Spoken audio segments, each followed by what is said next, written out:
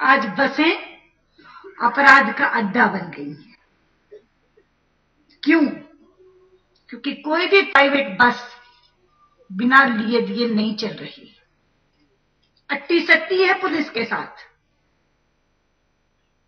इसलिए उन्हें लगता है सैया भय कोतवाल तो डर का है। हर प्राइवेट बस का लेन देन है पुलिस के साथ, और यही कारण है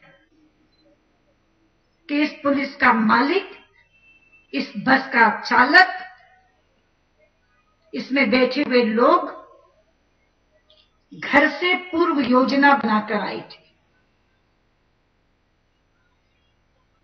कोई सवारी नहीं थी वहां, वो नापाक इरादा लेकर उस बस में बैठे थे।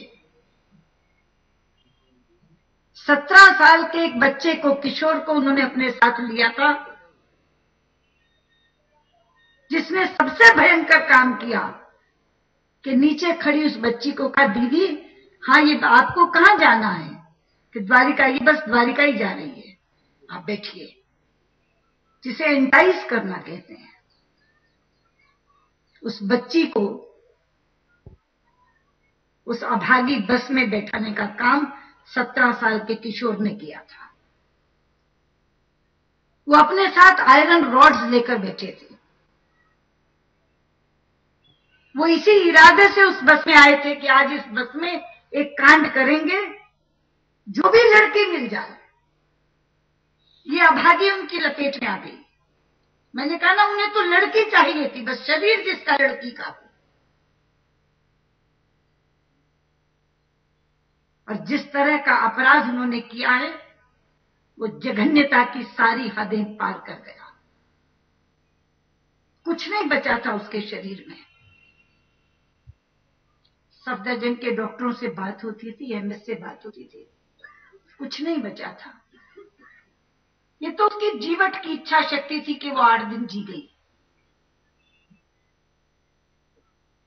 लेकिन 8 दिन जीने योग्य भी उसके शरीर में कुछ नहीं था।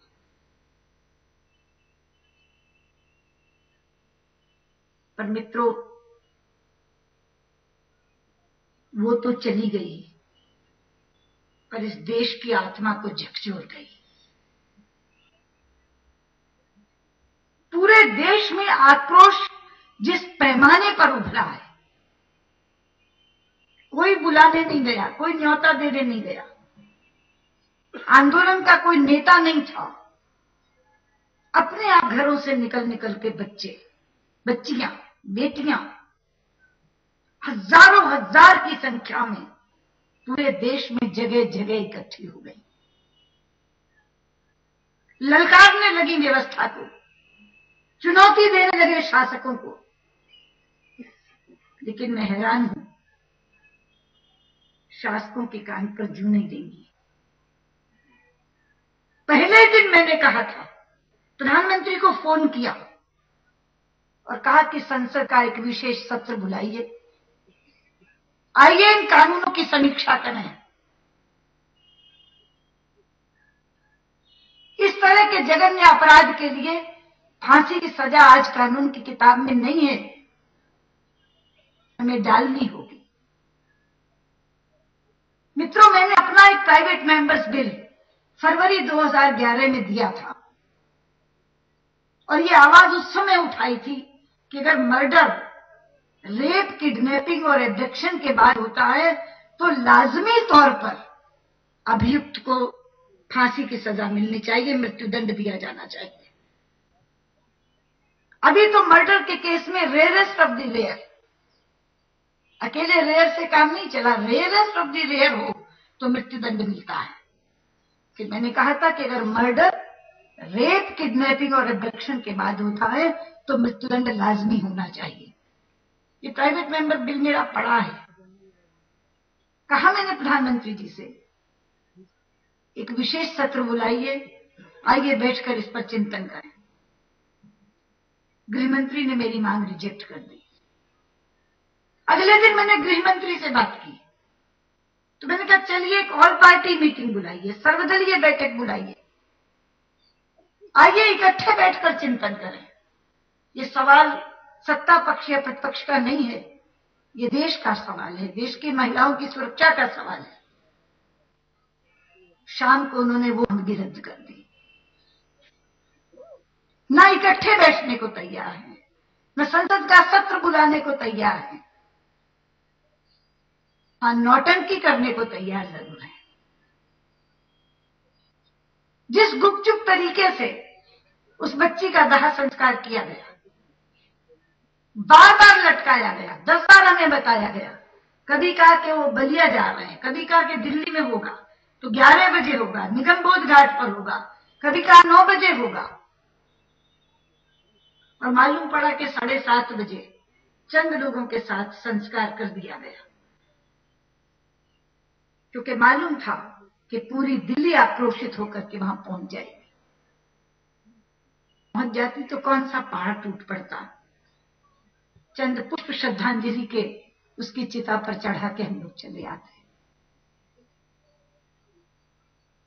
अभी भी फूल चुगने के बाद उसके परिवार को भेज दिया गया है वापस। इस तरह की चीजें आप 8 दिन कर लोगे, 10 दिन कर लोगे, 15 दिन कर लोगे, लेकिन ये समस्या का समाधान नहीं है। अभी मैं और अरुण जी उसके घर होकर आए, मैं तालमेल नहीं बैठा पा रही उसके घर की हालात और उस बच्ची के व्यक्तित्व के बीच में। अगर आप देखें तो आप हैरान हो जाएंगे। उसको घर कहना ही अपने आप में गलत है। एक छोटी सी खोली, एक अंधेरा कमरा,